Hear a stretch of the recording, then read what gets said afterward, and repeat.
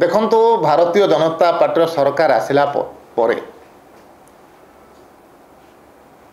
आज धान क्विंटाल पिछा 3100 टंकार किणुचंती। गत सरकार समय रे जेतिकी धान चाषी ठारू किणा जाइथिला तार पाखापाखि 3 गुण धान भारतीय जनता पार्टी सरकार किणिचंती एवं कृषक कल्याण पाई भारतीय जनता पार्टी सरकार संकल्पबद्ध। तेणु कृषक मानकर उन्नति पाई सरकार सबु प्रकार चेष्टा करुचंती एवं आगामी दिन में मध्य कृषक मानकर केमती आउरी अधिक उन्नति हो से दृष्टि चेष्टित अछंती।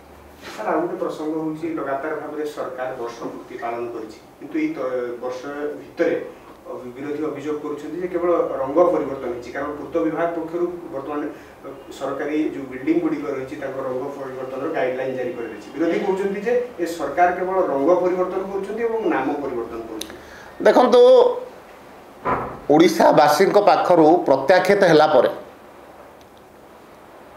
तांकर से पुराना हैंगओवर जाइने बिलबुलौचंती किछि आपत्ति नाही किंतु से इमिति रंग लगेइथिले जे से रंग छाड़िबा कारणरू तो पुणी रंग लगेया को पड़ुची। तेणु रंग छाड़ी जीवा रंग लगेइथिले आज नुआ रंग लागिबार व्यवस्था ए सरकार करुचंती एवं ओडिशा को विकसित ओडिशा करिबा पाई सरकार जो रोड मैप तैयारी करिचंती से रोड मैप रे सरकार तांकर कार्य को आगे नौचंती।